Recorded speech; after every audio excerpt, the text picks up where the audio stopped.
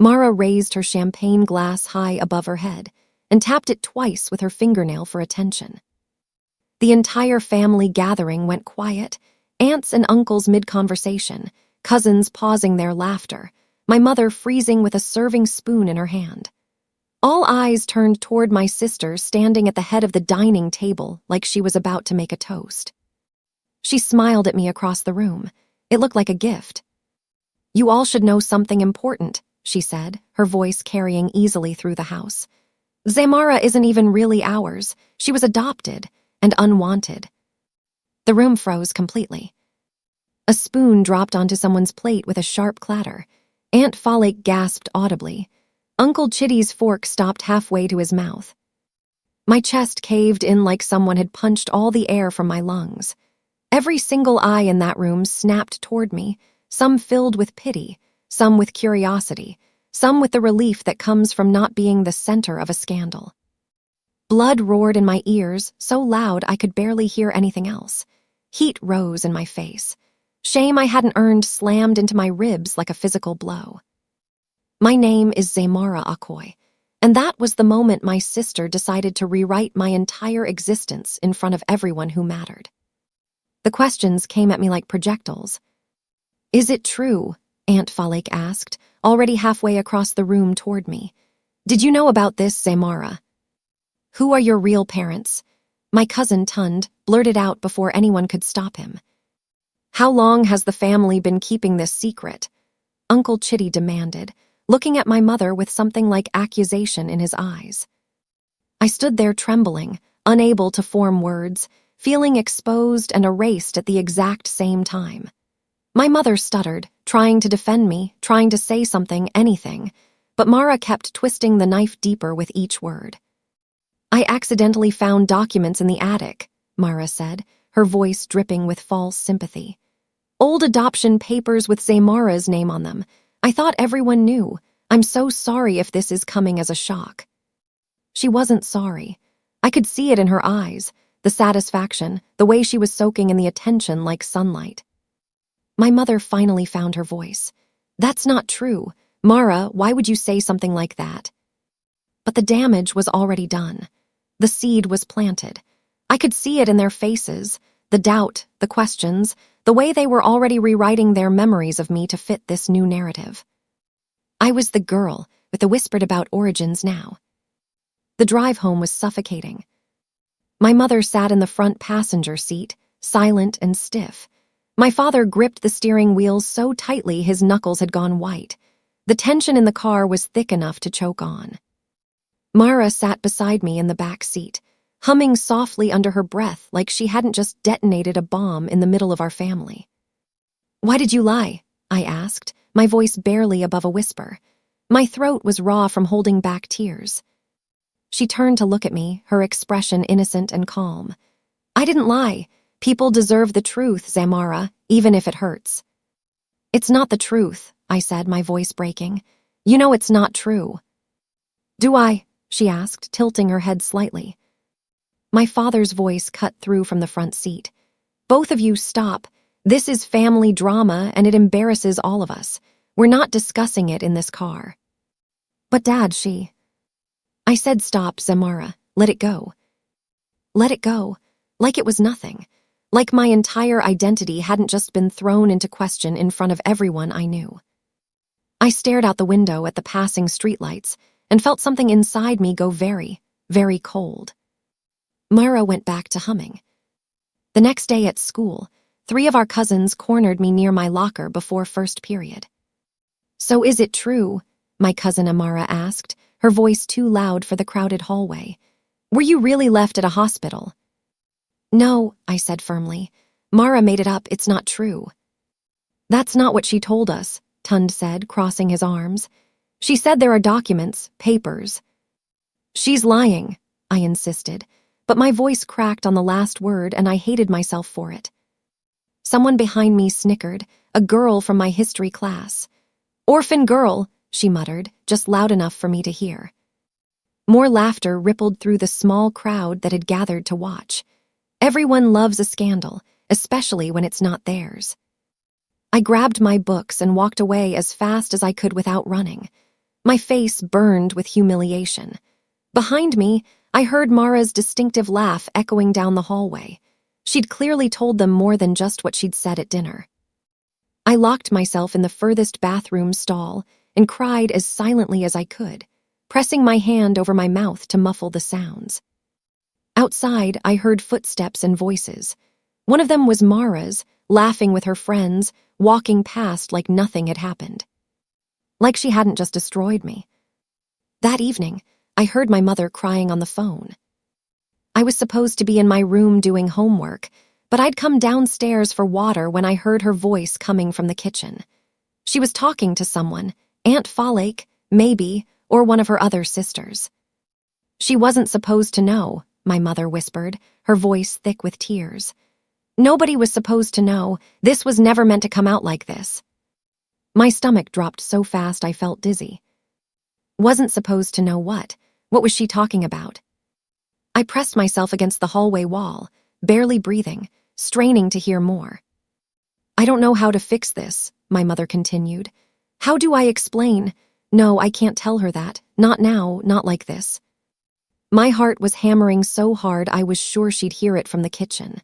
Was there actually truth to what Mara had said? Had I been adopted? Was everything I thought I knew about myself a lie? I backed away from the kitchen and went back upstairs, my legs shaking so badly I could barely climb the steps. When I reached my room, I closed the door and sat on my bed in the darkness, staring at nothing. My mother's words echoed in my head. She wasn't supposed to know. Know what? I confronted my mother the next morning before school. She was making breakfast, eggs and toast, the same thing she made every Tuesday, and I walked into the kitchen and demanded answers. What did you mean on the phone last night? I asked, my voice shaking. What wasn't I supposed to know? Her face went pale. The spatula in her hand trembled slightly. You were listening. Answer the question. Is it true? Was I adopted? No, she set the spatula down and turned to face me fully. Zamara, no, you're my daughter, my biological daughter, I promise you. Then why did you say I wasn't supposed to know something? What were you talking about? She fumbled for words, her hands twisting together nervously. There was a complication with your birth records when you were born. Nothing important, just paperwork. It got sorted out years ago, but I was worried Mara had found those old documents and misunderstood what they meant. What kind of complication? It's not important, she said quickly, too quickly. What matters is that you are my daughter, mine and your father's. You were never adopted. But her panic told a different story. Her fear was written all over her face. I left the kitchen without eating breakfast, my stomach churning with doubt and confusion. Over the next few weeks, Mara acted like she'd been crowned queen of the family. At every dinner, every gathering, every moment we were forced to share space, she found ways to remind everyone of what she'd said. Small comments, little digs, nothing my parents could call her out on directly, but enough to keep the wound open and bleeding. Do you feel disconnected from the family sometimes? She asked me sweetly during Sunday dinner, in front of everyone. Like you don't quite belong. My parents said nothing. My father kept eating. My mother stared at her plate. Nobody defended me. I was just asking, Mara said innocently when I didn't answer. No need to be sensitive. I realized then, sitting at that table surrounded by people who should have protected me, that nobody was going to fight this battle except me. They were all too afraid of the truth, whatever the truth actually was. So I stopped waiting for them to defend me. I stopped expecting my parents to correct her lies. I stopped hoping Mara would suddenly grow a conscience and tell everyone she'd made it up. I started planning instead. If nobody would tell me the truth, I'd find it myself. I pulled Mara aside after dinner one night, cornering her in the hallway outside her bedroom. Stop, I said quietly. Stop telling people I'm adopted. Stop making comments, just stop. She leaned against her doorframe, arms crossed, that familiar smirk on her face. Why? Afraid I'll dig deeper into those documents I found. There are no documents. Are you sure about that? She tilted her head, studying me like I was a puzzle she'd already solved. If I were you, I'd want proof. I'd want to know for certain. The way she said it, so calculated, so deliberate, made something click in my mind. Proof. DNA testing. It lodged in my chest like a seed, taking root immediately. You should get tested, Mara continued, her voice dropping to a whisper.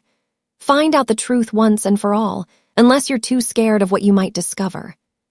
She pushed off the doorframe and disappeared into her room, closing the door in my face. I stood there in the hallway, my mind racing. She was right about one thing. I needed proof. Real, undeniable proof that would end this nightmare once and for all.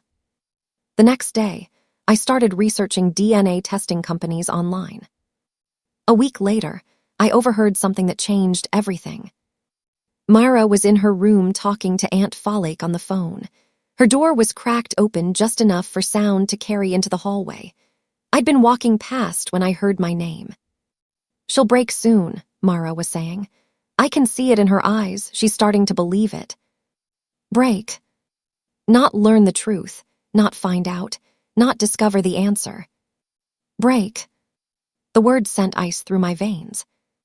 She didn't sound like someone who'd accidentally revealed a family secret. She sounded like someone executing a plan, like someone who wanted me to shatter. She deserves it, Mara continued, her voice cold.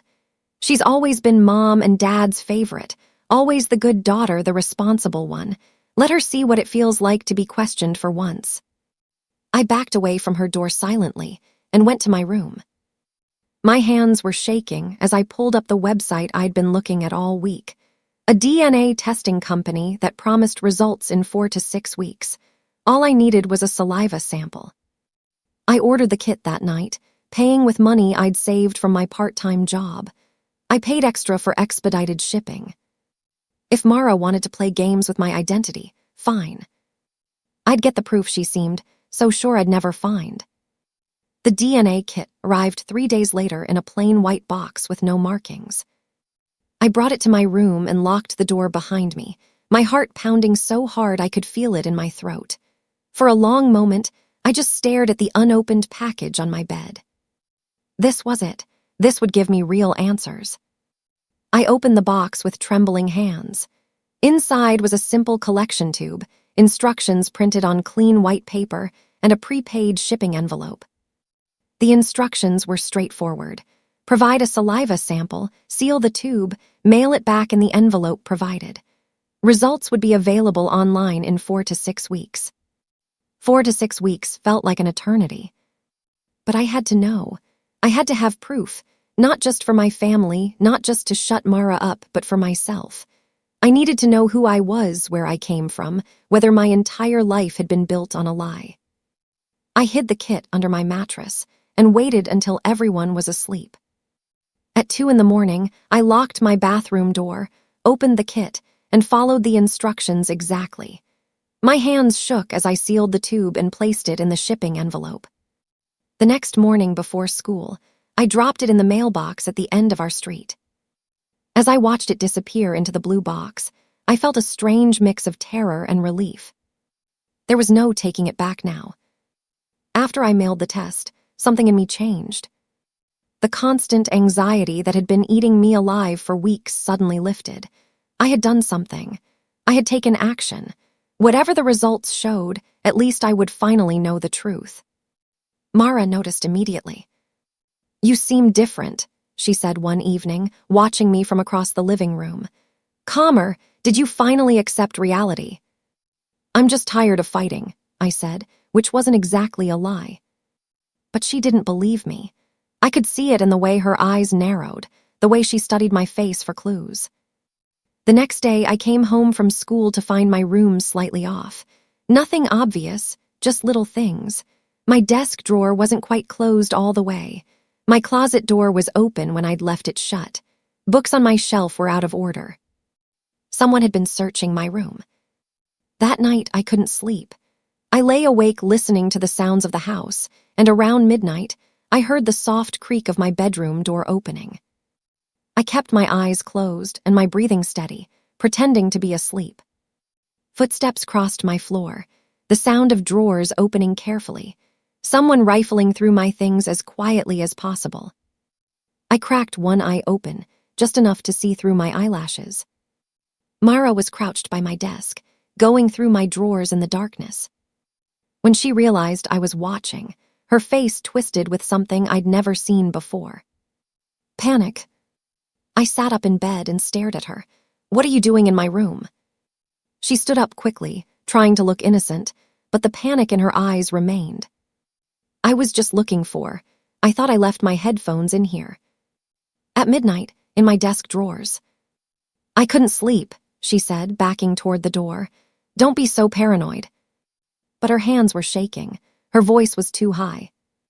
For the first time since this nightmare started, I saw fear in my sister's eyes. Real, genuine fear.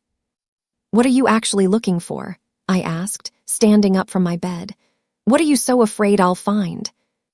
"I'm not afraid of anything," she snapped, but her voice cracked on the last word. "Then why are you going through my things?"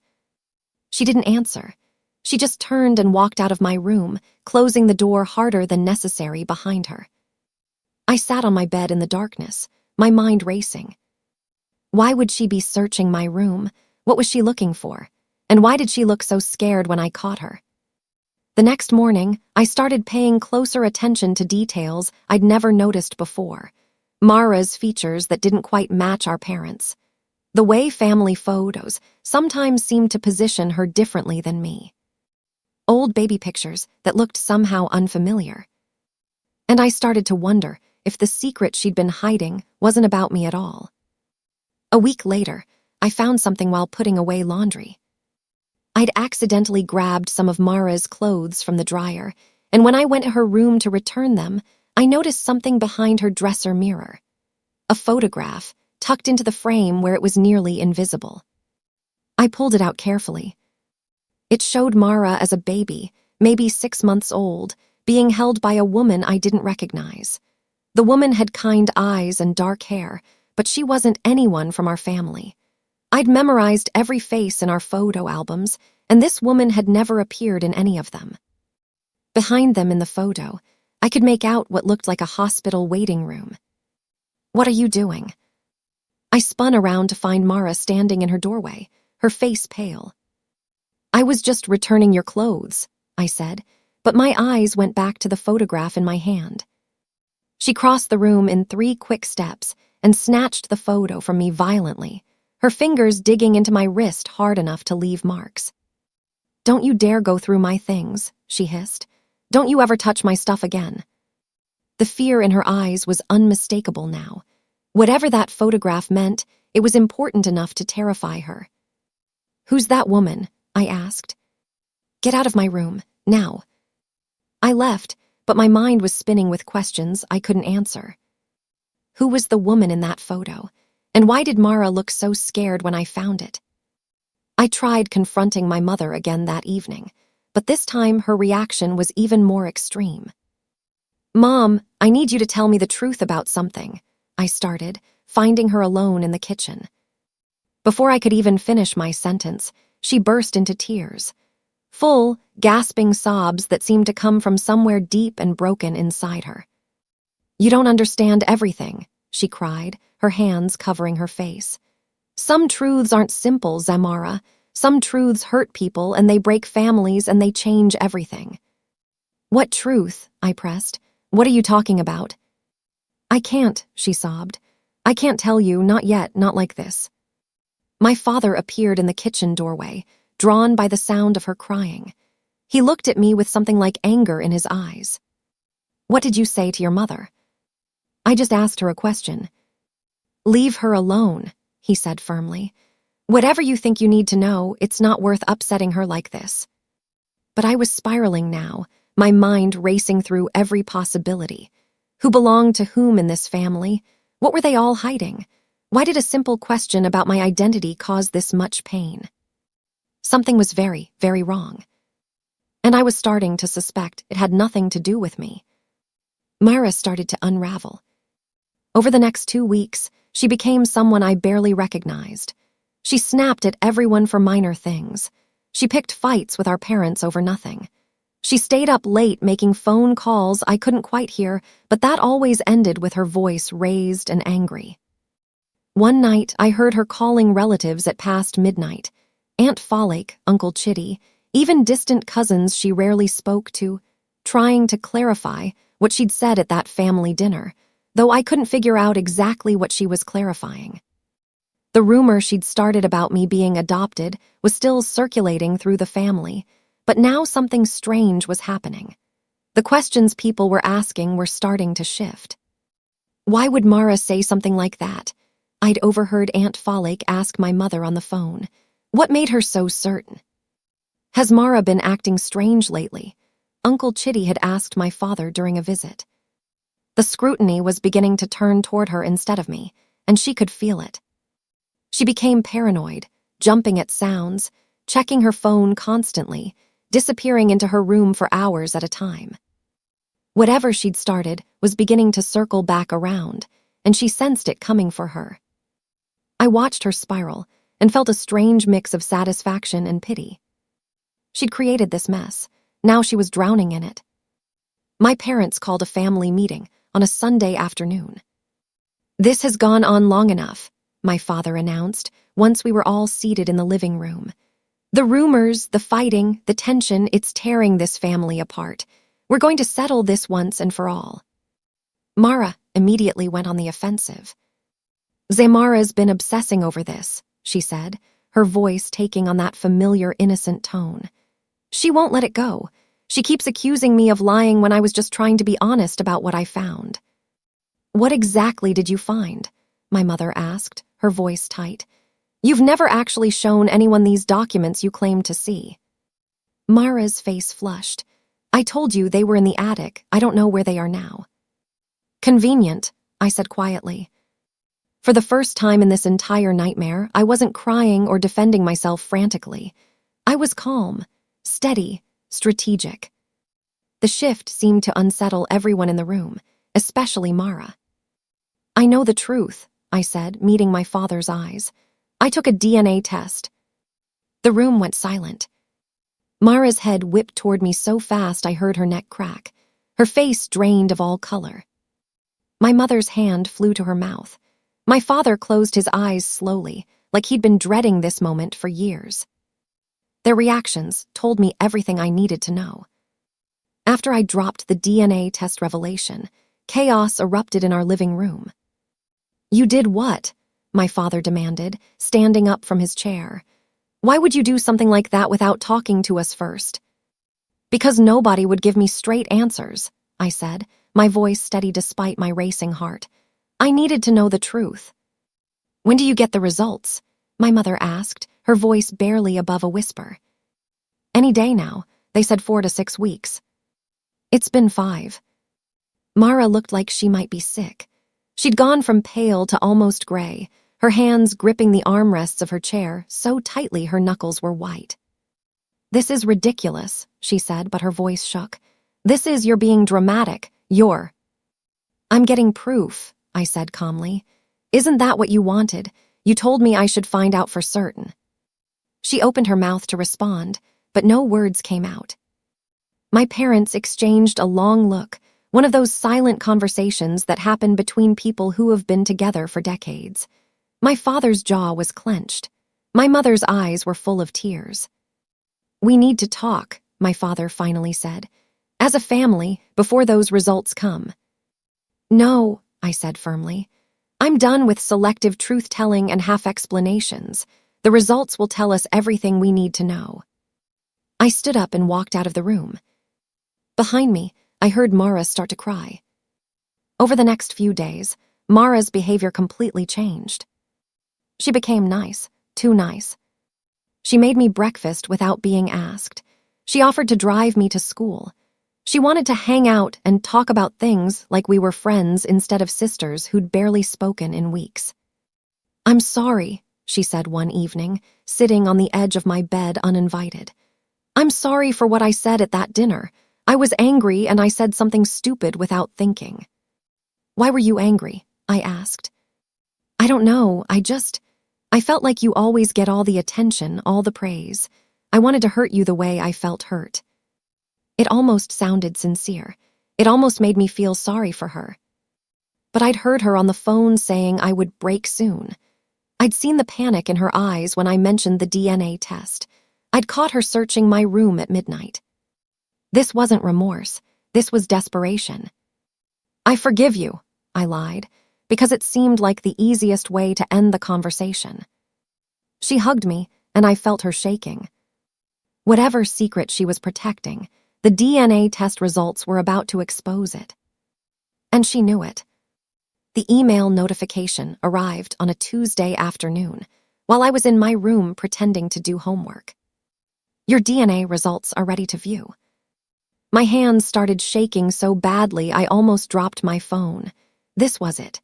After 6 weeks of waiting, wondering, losing sleep over questions I couldn't answer, this was finally it. I heard footsteps in the hallway and looked up to see Mara standing in my doorway. She'd been hovering near my room for the past hour, like she could sense something was about to happen. "What's wrong?" she asked. "You look pale." I turned my phone screen toward her, showing her the notification. Her face crumbled. "Don't," she whispered, taking a step into my room. "Please don't open it yet. Not until we can all be together. Not until." "Not until what?" I asked. "Until you can prepare another lie." She lunged forward and grabbed my wrist, her fingers digging into my skin. "Zaymara, please. You don't understand what this will do. You don't understand what will happen if you..." I pulled my wrist free and stood up from my bed. "I'm opening it now." "No." She grabbed for my phone, but I stepped back, moving toward my door. She followed me, begging, her voice cracking with panic. "Please, please, just wait. Just give me time to." I locked myself in the bathroom and opened the results page. Outside, Mara pounded on the door, her voice breaking as she begged me not to look. But I was already reading. The results loaded slowly, line by line, each piece of information appearing like a revelation. First, the basic genetic breakdown, then the health information I'd requested, then the ancestry composition. And finally, the relative matches. I stared at the screen, my heart pounding so hard I could feel it in my temples. The results confirmed I was biologically related to both my parents. Fully, completely, no question. I wasn't adopted. I never had been. Mara had lied. But there was something else, something that made my breath stop in my throat. A close relative match appeared in the database, someone who'd also taken a DNA test with the same company. The relationship was listed as parent-child or full sibling. The match showed a 50% shared DNA with me, which meant this person shared one parent with me. Not both. I scrolled down to see the name associated with the match. The profile was semi-anonymous, showing only initials, M.O. Mara Akoy. According to the genetic data, we weren't full siblings. We were half-siblings. Mara and I shared our father's DNA, but not our mother's. Outside the bathroom door, Mara had stopped pounding. I could hear her sliding down to sit on the floor, her breathing ragged and desperate. "Did you see it?" she asked through the door, her voice small and broken. "Did you see the truth?" I opened the bathroom door and looked down at my sister sitting on the floor, her face buried in her hands. "You knew," I said quietly. "This whole time you knew." She looked up at me with red, swollen eyes. "I found out 6 months ago. I found those documents I mentioned, but they weren't about you. They were about me." My mind was reeling, trying to process everything. "So you lied. You told everyone I was adopted to hide the fact that you're the one who's..." "Don't say it," she whispered. "Please don't say it out loud." But I had to know everything. I needed the full truth, not just genetic data on a screen. I went downstairs and found my parents in the kitchen. I handed my phone to my mother without saying a word. She read the results with shaking hands, and then she started to cry. Not the performative tears from before, real, deep sobs that came from years of carrying a secret that was finally being exposed. My father put his arm around her, and they stood there together, silent and defeated. "Tell me," I said, Tell me everything." My mother took a long, shaky breath. "Mara was born during a very difficult time in our marriage," she began, her voice barely audible. "Your father and I had separated for almost a year. He had a relationship with someone else during that time. When she got pregnant, he came back to me and asked for another chance." "Who was she?" I asked. "A woman named Adana. She worked at his company. When Mara was born, Adana didn't want to raise her. She was young, not ready to be a mother, so I agreed to raise Mara as my own." Mara had been listening from the stairs. She came down slowly, her face streaked with tears, and screamed at our parents with a fury I'd never seen before. "You lied to me my entire life," she shrieked. "You let me believe I belonged here. You let me think I was actually your daughter." "You are my daughter," my mother said, reaching for her, "in every way that matters." "Except biologically," Mara pushed her hand away. "Except actually, that woman in the hospital photo, that was her, wasn't it? My real mother who didn't want me." My father tried to explain. "We were trying to protect you. We didn't want you to feel different or unwanted. So instead you let me grow up being jealous of Zamara." Mara's voice cracked. "Let me hate her for being everything I wasn't, for being the actual biological daughter while I was just the mistake you agreed to raise." The irony was devastating and perfect. The secret she'd weaponized against me, the lie about adoption, the public humiliation, the rumors, it had all been hers from the beginning. She'd tried to destroy me with a truth that was actually about her.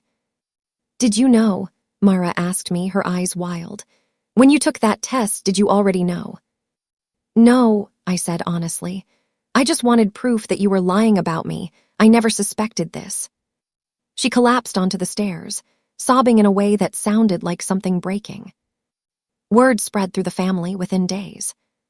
Not because I told anyone, I didn't say a word. But Mara, in her rage and grief, called nearly every relative we had and screamed about what our parents had done. She told them everything. The affair, the other woman, the lie they'd maintained for 22 years. She wanted them to be angry on her behalf. She wanted sympathy and support. But the family remembered what she'd done to me. They remembered the public announcement at that dinner. They remembered her smug satisfaction when she'd spread rumors designed to destroy my sense of self. They remembered her cruelty. And now they knew why. They understood that she'd tried to offload her own pain onto me, to make me carry the burden of being other, so she wouldn't have to. The calls started coming to my phone instead of hers. Aunts apologizing for believing her lies. Cousins asking if I was okay. Uncle Chitty saying he should have questioned her story from the beginning. The sympathy and attention she'd craved shifted entirely away from her. Invitations to family events stopped coming for her. When holidays approached, people called to check if I would be comfortable attending, not her. Slowly, methodically, her social circle within the family evaporated. Not because I'd campaigned against her or sought revenge, but because the truth had revealed who she really was, and people didn't like what they saw. Mara cornered me outside the house one evening about a month after everything came out. I was getting into my car to drive to a friend's place when she appeared from the shadows by the garage, making me jump. "We need to talk," she said. "There's nothing left to say, Mara." "Did you enjoy it?" she asked, her voice small and defeated in a way I'd never heard before. "Did you enjoy proving that I'm the one who doesn't belong?" I looked at her, really looked, and saw someone who destroyed herself trying to destroy me. "I never wanted to expose you," I said honestly. "I just wanted to stop hurting. I wanted to stop being treated like I was the problem in this family when I didn't do anything wrong." "But now everyone knows," she whispered.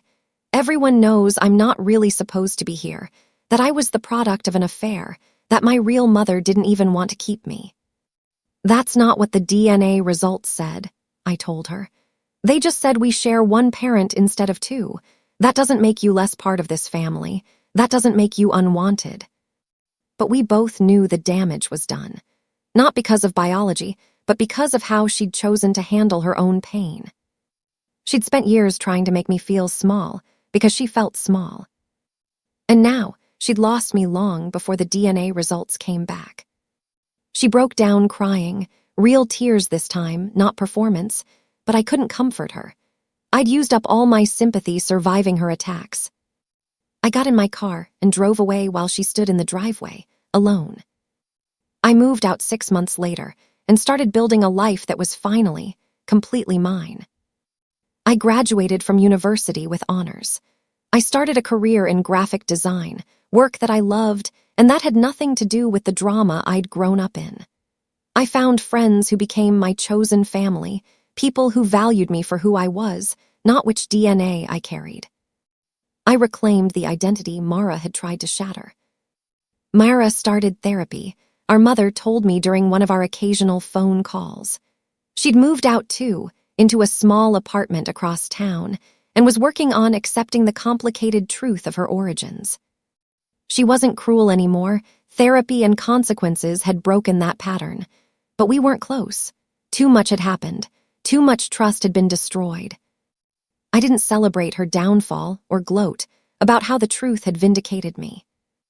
I just built a peaceful, stable life where nobody questioned my existence or treated me like I didn't belong.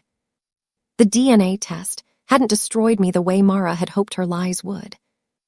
It had rebuilt me on a foundation of truth that nobody could shake. I was exactly who I'd always been. Zamara Akoy, daughter of both my parents, full sister to no one but half-sister to someone who'd needed me to be the villain in her story so she could avoid being one in her own. The truth hadn't been about adoption or being unwanted. It had been about a girl so afraid of rejection that she'd tried to make me feel rejected first. But I'd survived it. And now I was finally free,